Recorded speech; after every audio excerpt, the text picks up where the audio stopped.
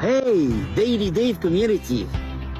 This fun Friday, we're tackling the screen time dilemma with a twist. Instead of kids zoning out in front of screens, let's engage Gregory and Gabriel in a fun indoor challenge. It's all about fun, fitness, and family time. We spend the day at the iSaute, an amazing place where you can jump, play, and climb, all while training your muscles and staying active. Gregory, Gabriel, and I had a blast testing our strength and flexibility on the trampoline and the climbing wall.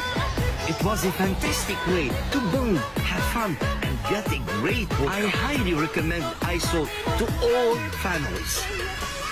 It's the perfect mix of entertaining and training, where everyone can challenge themselves and enjoy quality time together. Join us in the Screen Indoor Family Challenge.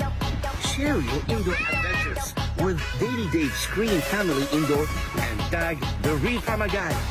Let's make family time fun and active.